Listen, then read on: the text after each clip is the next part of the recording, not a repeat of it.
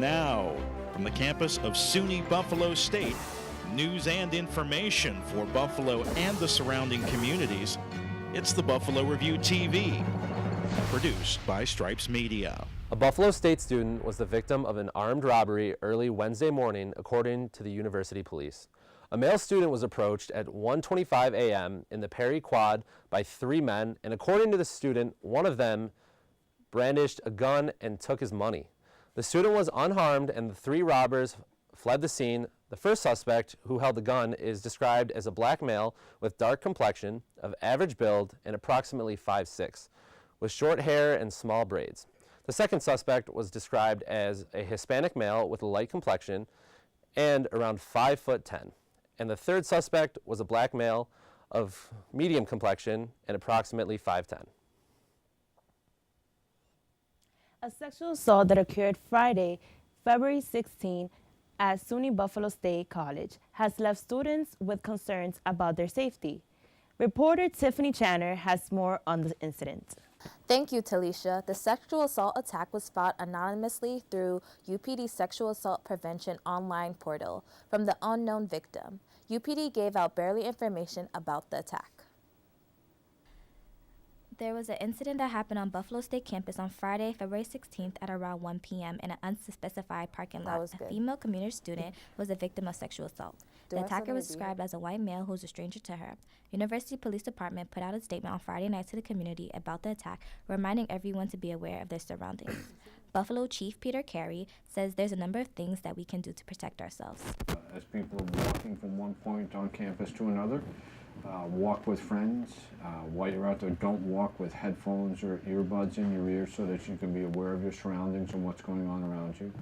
I always say put that phone down for the 5 minutes it takes you to walk from one point to another, and once you get where you're going safely, then you can text, you can talk, and listen to your music. But for that 5 minutes, walk with a purpose, earbuds and headphones off, know where you're going, know where the blue light phones are, which are a way to communicate on an emergency basis with university police, and just be aware of your surroundings. And we're a safe campus, but take care of the resources that are here for your safety and provided by the college. We want victims to come forward to get help, to get assistance, and we count them as our statistics. We notify our campus community. We know what's taking place, but we want our victims to come forward to get the help that they need so it doesn't impact them personally, academically, financially, and every other way. Do you personally feel safe on campus? Yes, because nothing bad has happened to me yet. Yeah. Yes, Yeah. our RAs do a really good job as we dorm. Yeah. Also, you got like your friends, you know. Me personally, during the day, sure. In the night, anything could happen. And that's just the honest truth. Do you believe that students on campus are aware of the procedure to file a report on sexual assault? I believe they are. You can report a sexual assault to the university police. You can report it to the Title IX officer, to the dean of students, any faculty or staff member. You can report it to a counselor in the counseling center. You can report it to a doctor or a nurse at the Weigel Health Center. So there are a lot of ways to get that information out there. Do you know if an incident similar occurred to you or a roommate that you could file a report on UPD anonymously? Nothing has happened to me or a roommate, so. Yes, I did know that. Oh yes, I know a person. Yeah.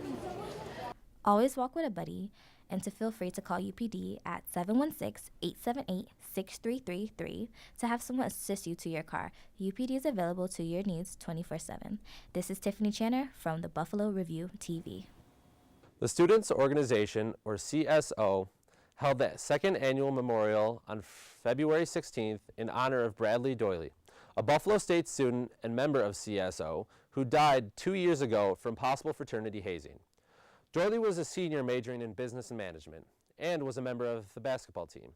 In the weeks before his death, Doyley had been pledging to become a member of the fraternity Alpha Phi Alpha, where he reportedly ingested a mixture of toxic liquids, moldy sewer, water, and food. Doyley was admitted to Buffalo General, where he was pronounced dead. CSO plans to form an anti-hazing program in remembrance of Doyley, an attempt to prevent future tragedies. The Buffalo State chapter of the NAACP hosted their first annual Image Awards February 17th. The group gave out 22 awards, including one to a group of Buffalo State alumni for achievements with their small business yard spot. The business was formed in March 2016, serving Caribbean cuisine to Buffalo State students and the surrounding community. Co-founder and Yodspot CEO Justin Dillon says the award will help their business expand and improve networking. Tops Supermarket filed for Chapter 11 bankruptcy this past weekend. Since 2003, Tops has accumulated more than $720 million in debt. Tops CEO Frank Kersey calls it business as usual, as he expects all stores to operate with the company, recognizes its assets. Buffalo State economics professor Fred Floss censored should be little impact to the customers in Western New York. So what bankruptcy does, it allows them to work out a deal with their creditor to either sell assets or to sell equity, to raise money and reorganize their debt so that they can continue to be a solvent company. Floss says the best way for customers to support Tops is to keep shopping. Elmwood Avenue has been a thriving commercial district for many years, but recently there has been concern over the large number of vacant storefronts along the strip. We now go to reporter Alex Sylvia, who has more on the story. Thanks, Kyle. With the Women and Children's Hospital leaving the Elmwood Strip, so has the foot traffic. Elmwood storefronts have faced a significant decrease in recent months. From Forest Avenue to Allen Street, there are now 30 vacant storefronts along the Elmwood Strip. According to the Buffalo News, that accounts for a 17% vacancy rate. Niagara District Common Council member David A. Rivera says the loss of the Women and Children's Hospital has played a role. Well, we've lost many of the visitors, delivery, the workers, the nurses, the doctors, people that would come into the area to do some form of business with the hospital. And we lost that density that would sometimes go into the neighborhoods and spend money, buy lunch, and frequent our businesses up and down the strip. Delaware District Common Council member Joel P. Faraletto says there are other factors as well. I think there's a lot of different combinations. Certainly a lot of people are purchasing more goods online. There's increased competitions from other neighborhoods, both in the city of Buffalo and also in the suburbs. Rivera and Faraletto hope the addition of an advisory board can help generate new ideas as well as offer a helping hand. We've put together an advisory group of hopefully some experts that can lend some advice as to how to make businesses more sustainable within our businesses. And that's why we're putting this group together, because we want to look at what are some of the issues that are facing small businesses. And we want to come together and collaborate and do everything that we can to help continue to make Elmwood a thriving commercial district.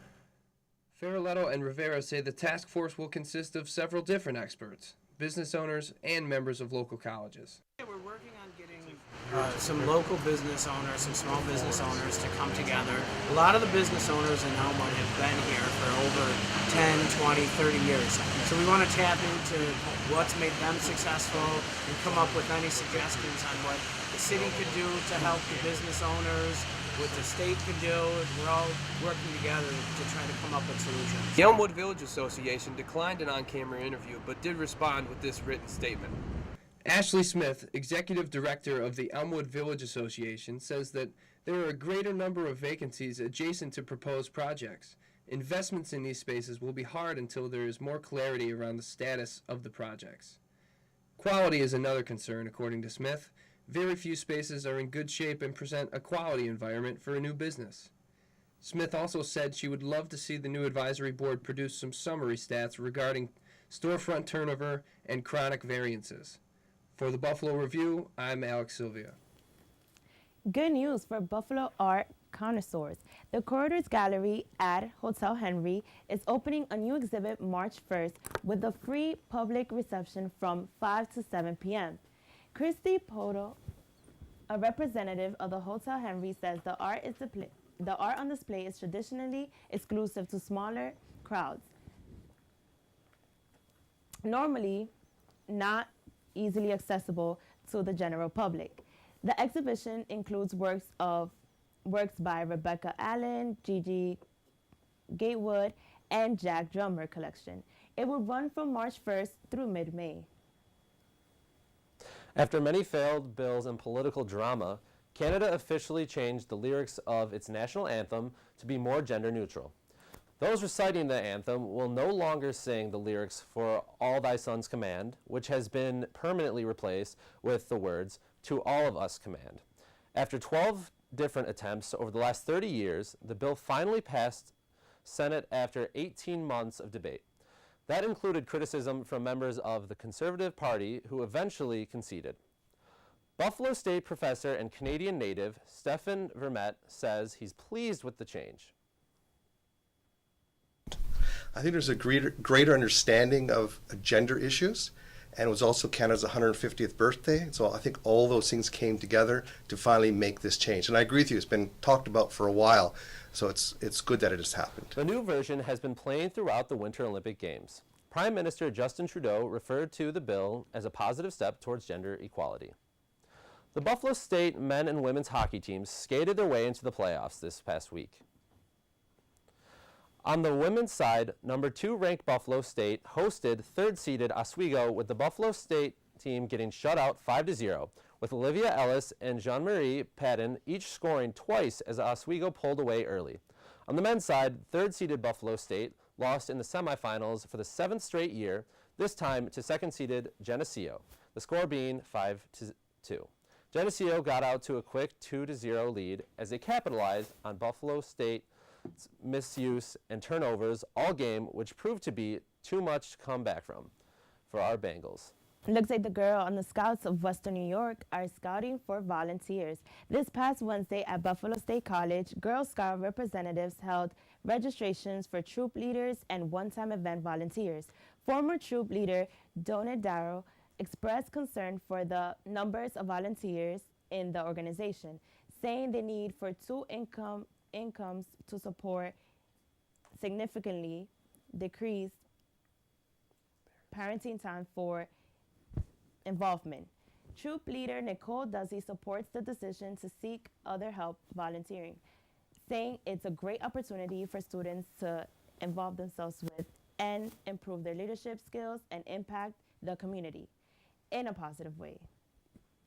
Information can be found on the Girl Scouts website. You're watching the Buffalo Review TV, produced by Stripes Media. You can find out more about our show at our website, thebuffaloreview.wordpress.com, and we welcome your feedback. If you have a question, comment, or story idea, you can email us at thebuffaloreview@gmail.com. The Anne Frank Project of Buffalo State has a residency at Lafayette International High School. Here we have Director and Professor of Theater Drew Kahn and Coordinator and Director Eve Everett to discuss the new approach to teaching. Thank you so much for joining us today. Thank you for having us. Thank you. We're honored.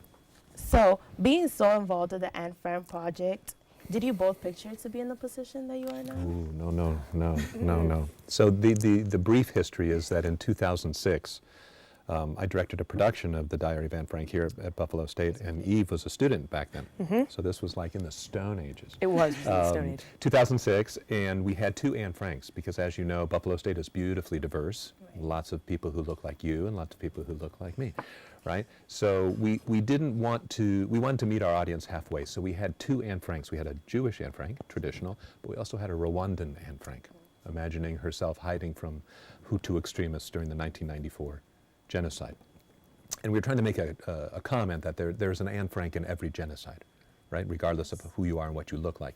Eve played the Jewish Anne Frank in that production that really started it all. But we were never doing that production saying someday we'll grow up to be the Anne Frank Project. That happened because of an inspired administration on this campus, and also something important to this campus, the values, the diversity, the commitment. So all of those things happen. So we never imagined. I always say the Anne Frank Project is the biggest professional mistake of my life. In a good way. In a good way. Oh, absolutely. Oh, well, thank you. Were you imagining? Oh my gosh, I mean, I was imagining that I wanted to do more of this type of theater, and as soon as the production went on and we had high school students coming and all the community members who were really being impacted by the story, I realized that I wanted to make theater for change first and foremost and work with communities, and then as I went to grad school and stayed in touch with Drew, the Anne Frank Project was growing, and even after the production, and we had our first conference and being involved in that, but I just stayed in touch, and I had a gut feeling that something good, it was going to continue to grow, and I really wanted to be a part of it because I saw the influence it made on people. Simply putting these two historical events next to each other through two young girls' stories really changed people's perceptions of conflicts in the world, and I wanted to be a part of that change. Beautiful. I love the relationship I built, you know, and how you guys are now. And when was the project introduced to Lafayette International High School? That's a good question. So about 5 years ago, we started to take students to Rwanda and immerse ourselves in that reconciliation process, and also bring drama-based education to the teachers, the public teachers in Rwanda, which is basically just using story as a curricular vehicle, getting the students up and active and involved. So moving the content from the brain to the heart, the only way to do that is through the body. I don't know if this has ever happened to you as a student, but some students say they're bored in class. So this is a way to physically involve the actors. So we bring our students to Rwanda. I spent a semester with them, and they create a brand new play that we tour Buffalo Public Schools. We toured Lafayette, and Lafayette said, can you come here and do more with us? So we started an after-school program, which Eve can tell you more about, that eventually evolved into when Lafayette proper, which is almost on its way out, just one more year, was changing its identity to Lafayette International, meaning just for students who are new American students, refugee immigrants who have been here 3 years or less. The new principal said, I want story to be the baseline, the foundation of what we do here. Would the Anne Frank Project be willing to be part of the fabric of this new school? Right. So it's become a really exciting, incredible place for us. I can imagine. Yeah. You want to talk about the after-school program? Yeah, sure. So it started about 3 years ago, and each year some students will remain with us, which is great because then they become the veterans and they know how the whole program works. And every Tuesday after school from 3 to 5, we work with Cassie Lipsitz. She's the art teacher there, and so she's the leader of that group. And we meet with about 10 to 20 students, depending on the day, and we create a new story, and it depends on the theme that they want to share with their class. And this year, since this is the last senior class of Lafayette proper, they feel really excited, and they feel like it's very important to share a message for their senior class so they can go forth and be prosperous and change the world. So, and every year the story is different because every year we have different students who are passionate about different things, and they come together and they create a theme. And so we just have a very short period of time together, but we create a nice new fable, if you will, and it's very physical, and a lot of times it has to do with animals and folklore, and we focus a lot on the different cultures that are in our group, and so that changes every year, so that will shape the way the story is told. And that's the beauty of drama-based education and story building is, you know, we can come in with a few ideas, but then it really depends on the group that we're working with to take those ideas and turn it into their own based on their histories and what they're passionate about. So we have about a month and a half left before we do a short presentation of the new play that the students are building. That's so great. Yeah. I love that you guys changed the theme because there's so many social problems that we must, you know, address, and it's beautiful that everybody gets a chance to express themselves. So wherever we go, we go to about 20, 25 schools a year, and we say the same thing at every school in the beginning. Right. You matter, your story matters. And if you don't tell your story, nothing's going to change. In fact, the only reason anything really great in the world has ever happened is because somebody dared to tell their story. The opposite is true as well. The reason bad things happen is when stories are silenced. Oppressive governments, right? One thing. Right. There's also choices, right? I mean, how many times have you had an answer in class and you've decided not to, right? So if you put all those stifled impulses together, that's who you are, that's your story. So we provide tools and vocabulary so people can tell their stories to shift the world. We don't think that's hyperbole, exaggeration. We think it's the real deal. Wow, that's truly amazing. But can you tell us a little bit more about this drama-based education? Because I'm actually really intrigued because it's different from just somebody speaking to you. You know, it's hand movement. Intentionally different. So, so the idea, once again, is to move the content from the brain to the heart. There's a Chinese proverb that we kind of hang our hat on, which is, tell me and I will forget, Teach me, and I will remember. We're good rememberers, right? Oh, yeah. Involve me, and I will learn. We know from books and books and books and books and books about education and philosophy that until you introduce the information to the body, it's not really learned, it's memorized. For how long? Till you put it on the test, then you forget it, right? Mm-hmm. So taking that information and marrying it to the body is our intent.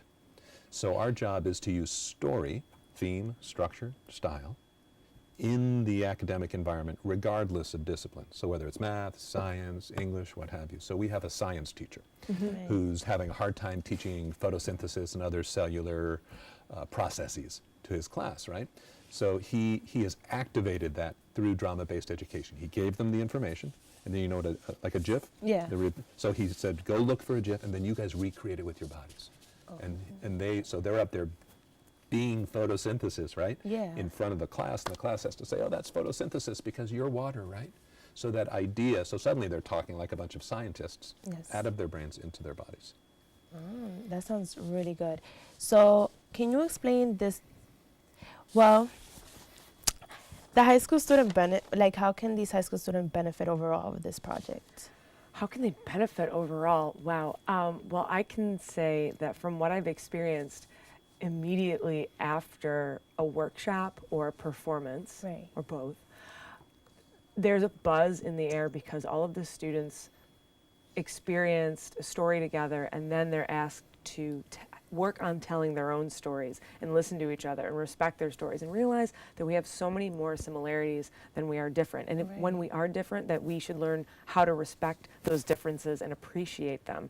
So I think that it leaves a great feeling of perseverance, of community by the time we leave an auditorium or a cafeteria. So I think that alone is teaching an immediate sense of what it is to be a community and how to connect with people, because it's so necessary right now, and to show that it doesn't take too much. It can just be telling stories, and how to use your story as an activist. Thank you so much. Unfortunately, that is all we have for today. Thank you so much for joining us and discussing on this topic. I hope that this inspires others to take part of this amazing project. Tell your story. Exactly. Yeah. You're watching the Buffalo Review TV, produced by Stripes Media. You can find out more about our show at our website, thebuffaloreview.wordpress.com, and we welcome your feedback. If you have a question, comment, or story idea, you can email us at thebuffaloreview@gmail.com. Hello, my name is Kyle Fallon. Welcome back to the Buffalo Review TV. Today we will be discussing the groundbreaking movie, Black Panther. Since its release date on February 16th, it has been breaking records at the box office and with its content. Joining me today is Associate Professor of Media Production, Meg Knowles, who has produced and directed many documentary videos, autobiographical films, and art installations covering the environment and history of Western New York. Thank you for coming in today. Thank you for having me. Now, I'd just like to start off by asking you about, because Black Panther is now second fastest movie to 400 million, and also the second in grossing for a 10-day total. Why do you think that is? Well, I think it's a combination of reasons, but certainly I think it's very exciting that it's a superhero movie that has a black lead character, and people have been waiting a long time to see that. It's also, I think, expanding the kind of stories that these Marvel superhero movies tell to include some more socially relevant issues that people apparently want to hear about. And it's super nice to hear that, because a lot of people were waiting for this movie coming from the Captain America Civil War, where his character was introduced and then said it was coming up in a new movie. And he's also starring in the next Avengers movie, which is the Infinity War, which a lot of people are looking forward to as well. But it doesn't just have to do with social justice issues regarding African American culture only. There are a lot of empowering, powerful women characters in this movie. What do you think of the characters that were in the film? Well, I was actually really struck by the fact that there's 4 really strong women characters, and that's just unusual in Hollywood films in general, for there to be 4 women characters that aren't all sort of fighting over one man or something to that effect. So you have the warrior character, Danae Guerrera's character, who is the leader of the protectors of Wakanda. And then I thought the Lupita Nyong'o character, who's the sort of love interest of the Black Panther, was wonderful because she's like a social justice warrior. She's like working undercover with kidnapped girls in Africa, like, you know, things that are happening today. And she's got this conviction about her principles. And I think that drives the movie forward, is this idea that we can't just sit back and be complacent, that we need to do things to help change the world. I think that's like a super important message for a woman to be carrying. And then you have the really wonderful Letitia Wright character, who's the genius, techno-forward, you know, inventor of tools and things, you know, much like that James Bond character. It's got an initial Q or M or something. Yeah. who makes all the toys for James Bond. Is that she's sort of put in that role, and it really sort of takes, you know, like this idea of like Afrofuturism. And women working in technology and being, you know, smart and even at such like a young age, they even hint to that when one of the guys, there's a fight scene in the beginning, and they say you're at such a young age doing this, Bill. That can happen. Like, she's a very smart, amazing character, and she does so many different things. And even towards the end of the movie, she comes out and fights during this huge battle against everybody. And it's not like they portray women as just staying away from the battle. They throw every single powerful character in there. Yeah, what I would say is that these are new types of characters in Hollywood, but they're not new types of women in the world. And it's really nice to see women playing roles that they play in real life. Yeah, and how do you think, besides affecting possibly female cinema makers and also just actors and actresses, how do you think it's going to affect women outside of the film industry? Well, obviously in the film industry, it's, you know, this means there'll be perhaps more characters for strong women. Women will be able to find great roles. African American women will be able to find interesting roles to play. But I think for women in general, it changes the way we are represented in mainstream media. And that affects how a lot of people think about women or any group, you know, so that just having like something that, you know, millions of people see multiple times send a certain message about who women can be. That's what you want. You want young women to be able to find role models, and you want, you know, people to see people like themselves on the screen. And Hollywood spent a lot of time telling a very narrow band of stories to a small, you know, sector of its audience. And this is really allowing some other stories to be told. Yes. And we can talk about it briefly, but also, as a documentary filmmaker, you go over topics that are very relevant in today's society. What is it like seeing on the big screen as a blockbuster movie such an important type of film for African American culture? Yeah, there's obviously been, you know, a number of adult films over the years, films that appeal to an adult crowd that like might have an issue related to them. A lot of them are fodder for the Academy Award. But to see a blockbuster that has this kind of social issues, you know, that we're talking about slavery, colonialism, you know, Afrofuturism, there's just a wonderful array of topics that that need to be talked about, and that you haven't seen so much in these kinds of, in this genre that's so broadly seen by so many people around the world. Yeah, and it's important to look at all the different ways, because they portray African American culture as possibly what it could have become if history didn't turn out the way it did, and acts of colonialism and all that different types of stuff. Do you think this will encourage a spark in possibly African American culture in the movie industry, and possibly open up the world to the African American film industry, which is also something that not a lot of people talk about? Well, I'd say that yes, this will expand the potential in those areas. I mean, there's already, if you talk about African culture, there's already a big film industry in Africa. There's I don't know if you've heard of Nollywood, which is based in Nigeria, which is a booming industry that's making like 2,500 films a year now. They're much lower budget than Hollywood-style films, but they tell stories that are important in Africa. And so there's a lot of stories like that going around, but they're not seen in the United States in this kind of mainstream way. So I think that we're now joining a story that's being told elsewhere, and starting to share that story. And I think that you'll see more of it. Yeah, and I think also it'll open up to other cultures, that not even just African American culture, but different types of movies, like even like the Bollywood type movies and all that. Not a lot of people are open up to that and don't see any of those movies, but this was such an important movie for African American culture. And what do you think it was like for the producers who had such pressure on them for it to be a great film? I think there was a fair amount of pressure because in Hollywood, so much money goes into a film. I don't know how many $1 million this film costs, but hundreds of millions of dollars. There's a lot of pressure to have it succeed. I think that sometimes Hollywood is a little confused about the power of an excellent story. Really strong characters, really good storytelling, how that will trump, the idea of, you can bring back the cheesiest, sequel or fifthquel or whatever, and they think it's going to make money and they're surprised it doesn't because there's a formula, but it's not a good piece of filmmaking. And so having an excellent story, I think, has really helped it. But let me just say, in regard to Bollywood, you can't say that a lot of people aren't watching Bollywood films. That's a massive film industry. You just have to look beyond our shores, or even if you go down to the Regal Theater just about 6 blocks from here, you'll see that there's 2 Bollywood films playing every single week. So there's even an audience for that is growing in Buffalo, New York. Well, I'm glad to hear that. Well, that's going to be, okay. So also very important in this film is the music, and a lot of people were talking about it because it uses a lot of modern artists. And what do you think the importance of music is in a film like this? Well, obviously people are drawn in by music. It's a huge element in our culture, and any film that has, popular artists that people are listening to today is going to, draw people. So having big hits in it, people are buying the soundtrack, passing that around. That's going to cause people to want to rewatch the movie.